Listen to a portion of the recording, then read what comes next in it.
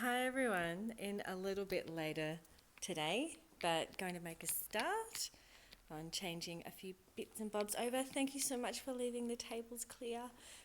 Jing did that. Thank you, Jing, because Charlie would have been sick last Friday. So the children have given some ideas and inspirations, so I'll tell you what the changes are as we go along. Okay, so we've again got the home corner out. Sorry, I can't stop my hand, I'm shaking. Um, so looking at making sure the children are feeling safe and secure and supported as they make their own decisions, and bring the group along with them with those decisions. Making sure that we're feeling like they have a sense of agency in there and autonomy. Also looking to make sure that their friends are listening to their ideas as well, and they're able to negotiate well and supported to negotiate with each other in there.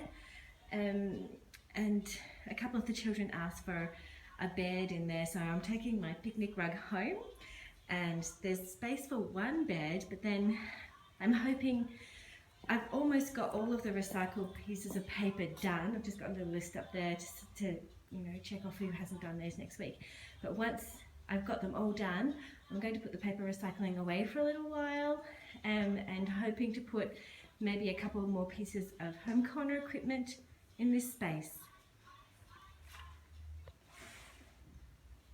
In this fortnight, we've added in this area a few other building pieces so that the boys can challenge themselves with their ramp building and looking at velocity. I've got to check in with you, Charlie, how that velocity project's coming along. We've also borrowed these trucks on the ground, one's a bus actually, from room 5 as well. So they're going to be interesting, and we just need to keep an eye on where these logs are ending up that are in there, and that's the only thing we need to keep an eye on, just those little logs, making sure they don't get lost. So the space corner is still available because as per requested, but it's just condensed a little bit. So it's a nice little, perhaps solitary or parallel play space with those stones that they're enjoying in there as well.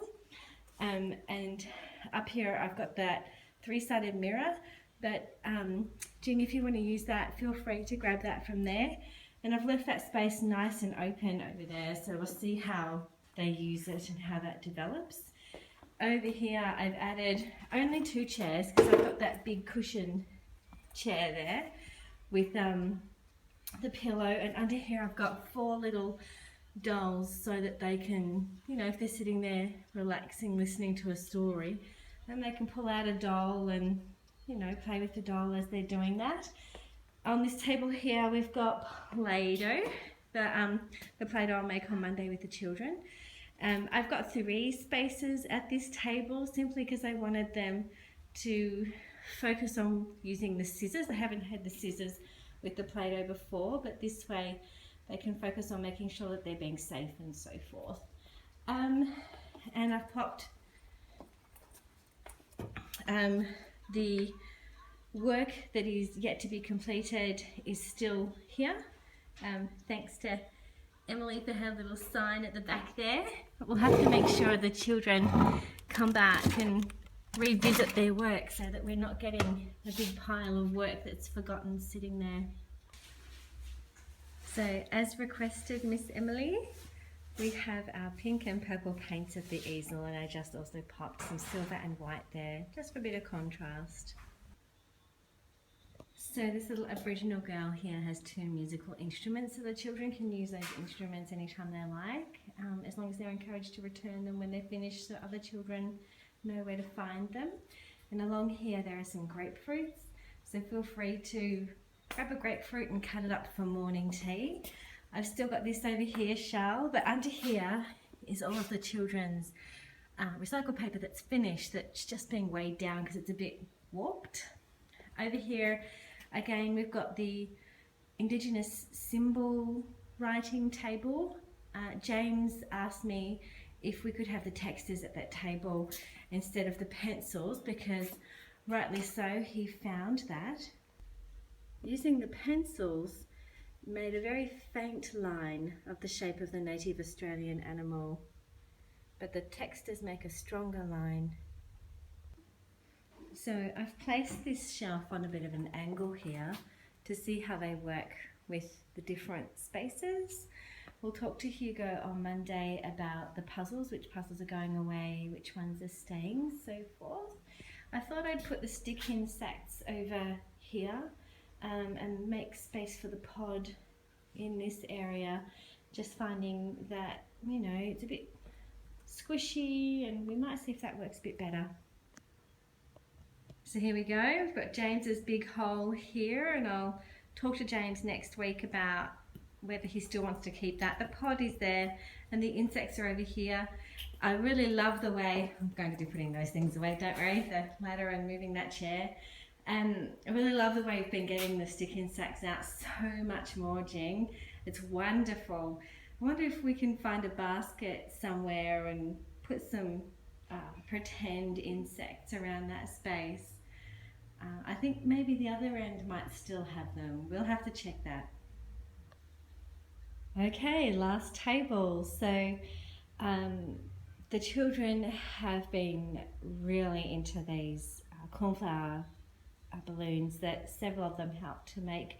I've put a little place there so they can investigate those and then pop them back into the bottles before group time.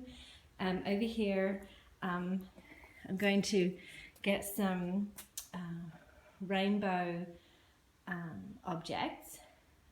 They're sort of dissolvent things, and and allow the children to put them into a circle, and then we'll put water in the middle, and the colours will draw toward the middle of that plate just because there's a dip in the middle. Around here, just because we only had the cornflower and dinosaur for 3 days last week, we've still got those out this week, and I'll find some more cornflower. We've got the life cycle of the flowers. The flowers are still passing into their next stage, so the children can pull those out and look at them and so forth. What was the other thing I was going to mention?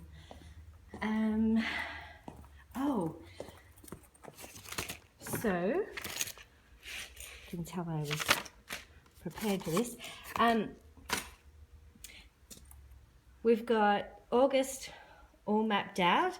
Next week is book week. So I was on training on Friday, so I'm not quite sure if the children went to the post office, but we'll see what happens on those days when we're out on training for the post office visits. Yes, so book week next week, and the children can choose their day of the week that they want to dress up as their favourite storybook character. September has quite a few things already happening. The post office visits are still occurring on the Wednesday and the Friday, and we've got Murrindindi's visit on the 12th, and then we're into school holidays, and after school holidays just go through the calendar and feel free to, you know, give me any suggestions for things that you want to add as well. I've put a few more sleep outs happening because the children went out and purchased the sleeping bags, so it's great to get, you know, full use out of those and have a few more sleep out days. We'll just have to think about, you know, the weather on those particular days. But oh, what is it? It is, I forgot to say what date it was. It is, what is it?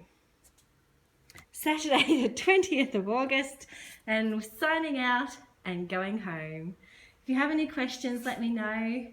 Oh yes, I'm still working on the planets with individual children at different times, and we'll probably end up working on the planets in this space once that we've made that colour rainbow stream.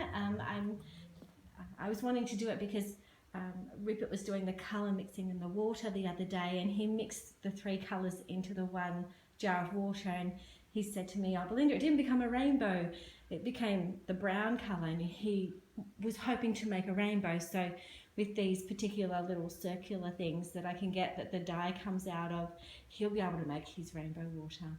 But I think that's it. Okay, signing out. quick little thing I forgot to share was this little roost for the chickens and a little family of horses, because Sophia's been very involved in talking about horses and the kinds of things that they do and so forth. And I'll make another video up on the farm shortly when I'm back there. Sorry, I'm all puffed out because I went and turned the alarm on and I'm back.